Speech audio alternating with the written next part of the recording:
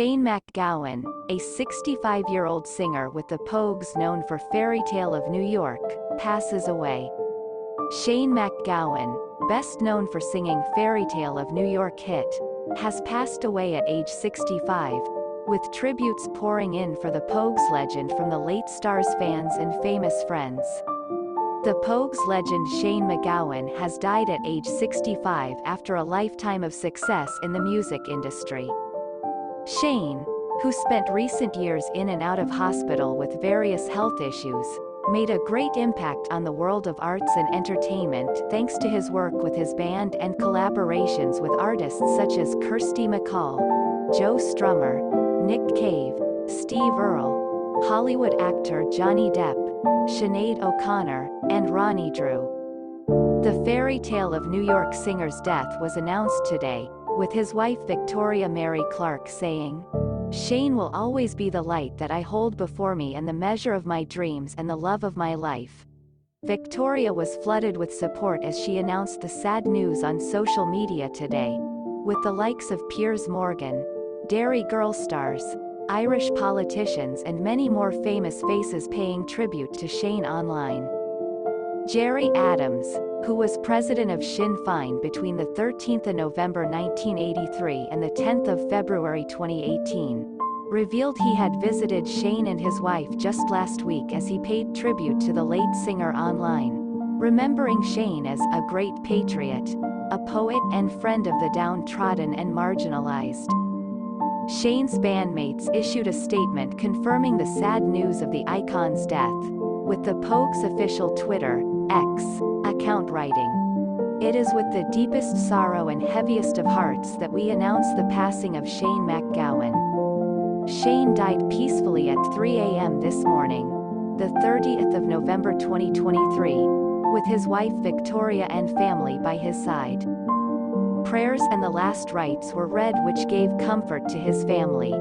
He is survived by his wife Victoria, his sister Siobhan and his father, Maurice, family and a large circle of friends. Further details will be announced shortly, but the family ask for privacy at this very sad time." Captioning a black and white picture of Shane holding a glass and a cigarette, taken during the singer's younger years, Victoria told fans, "I don't know how to say this, so I am just going to say it. Shane, who will always be the light that I hold before me and the measure of my dreams and the love of my life and the most beautiful soul and beautiful angel and the sun and the moon and the start and end of everything that I hold dear, has gone to be with Jesus and Mary and his beautiful mother Therese. I am blessed beyond words to have met him and to have loved him and to have been so endlessly and unconditionally loved by him and to have had so many years of life and love and joy and fun and laughter and so many adventures.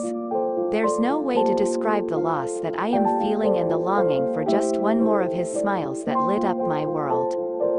Victoria concluded, "Thank you, thank you, thank you, thank you for your presence in this world. You made it so very bright and you gave so much joy to so many people with your heart and soul and your music. You will live in my heart forever. Rave on in the garden all wet with rain that you loved so much, you meant the world to me." Fans of the music legend have been paying tribute to Shane online following Victoria's sad statement, with one taking to Twitter, X, to write, "Rip Shane MacGowan, one of Ireland's greatest poets who encapsulated better than most what it is to be loved and love." Nick Cave paid tribute to Shane saying, "A true friend and the greatest songwriter of his generation. A very sad day." Piers Morgan shared a picture of Shane on stage with his Twitter followers and wrote, "Rip Shane MacGowan, 65. Irish punk legend, genius Pogues singer, songwriter, and Hellraiser extraordinaire. His favorite joke was, 'I was given 6 weeks to live, about 25 years ago. Let's make Fairytale of New York the Christmas #1 as a tribute. He was born on Xmas Day." Derry Girls actor Siobhan McSweeney said that Shane was the voice of London for us Irish. "When I was scared about moving here, he lured me over with songs about chancers, drinkers, lovers, poets and scoundrels," she wrote on Twitter, X. That's the place for me, I thought. He also taught me how to miss home, whatever that may be. Damn shame, Shane. Irish President Michael D. Higgins said there was particular poignancy, that the death of Shane had followed closely that of Sinead O'Connor. He said, born on Christmas Day, there was perhaps some form of destiny which led Shane to writing Fairytale of New York, the timeless quality of which will surely mean that it will be listened to every Christmas for the next century or more.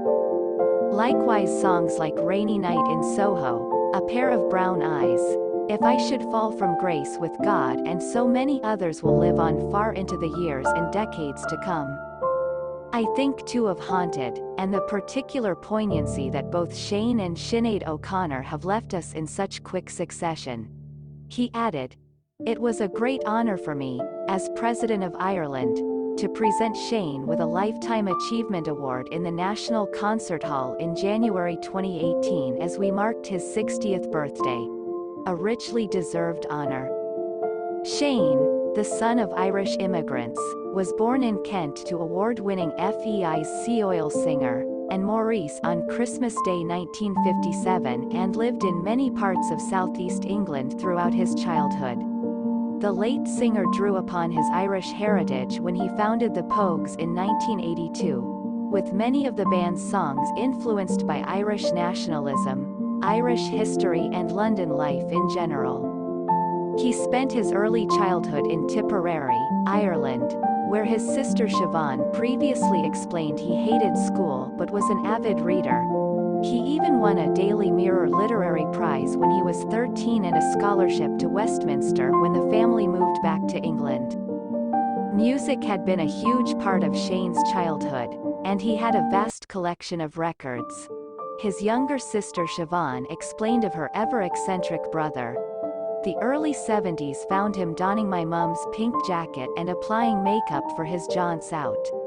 Then one summer's evening in 1976 I took a picture of him in this Bolan-esque garb, proudly clutching an Iggy Pop album. 2 days later he had hacked off his regulation hippie hair and dyed it ghost white. My mum screamed. Shane made a name for himself at London Sex Pistols gigs and the early punk haunts like the Roxy, the 100 Club and Marquee, before forming the early lineup of the Pogues, then known as Pogue Mahone, which is the anglicization of the Irish Gaelic Pog Mothoin, meaning, kiss my A****** E, in the 80s.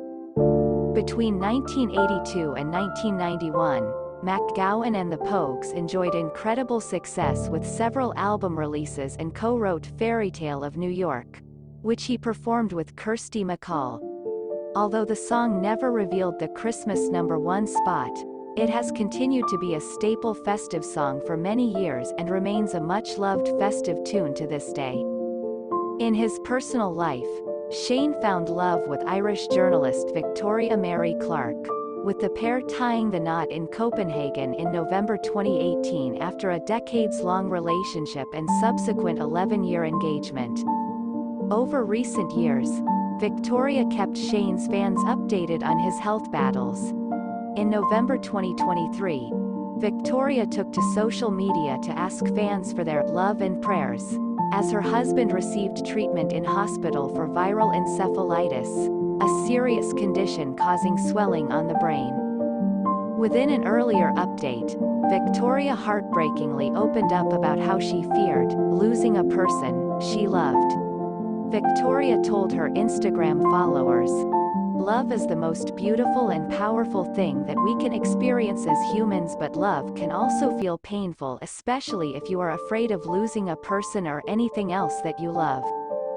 The really big challenge that we all face is to go beyond what our minds think are the limits of love and what love really is.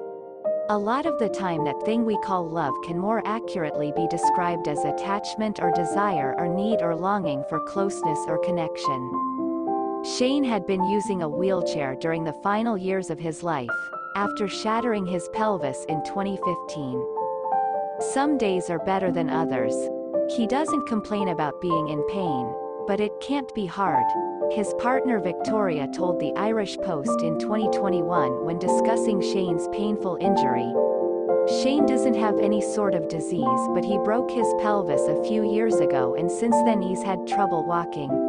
I do get help with the caring, but he likes it when we can eat together and when I'm there.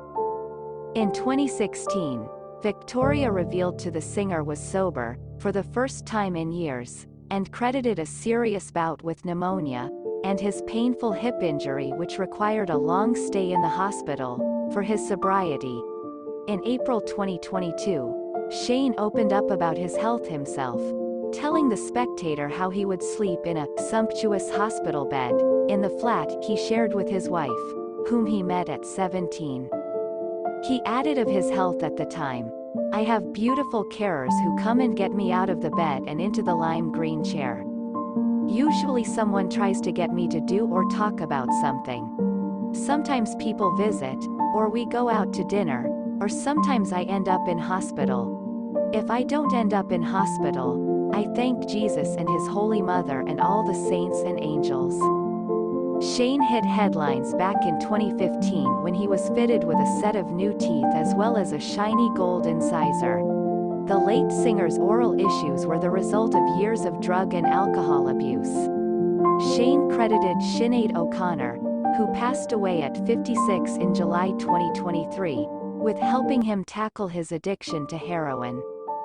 In 2000, in an attempt to discourage her friend from using drugs, Sinead reported Shane to the police, which resulted in him being charged with drug possession.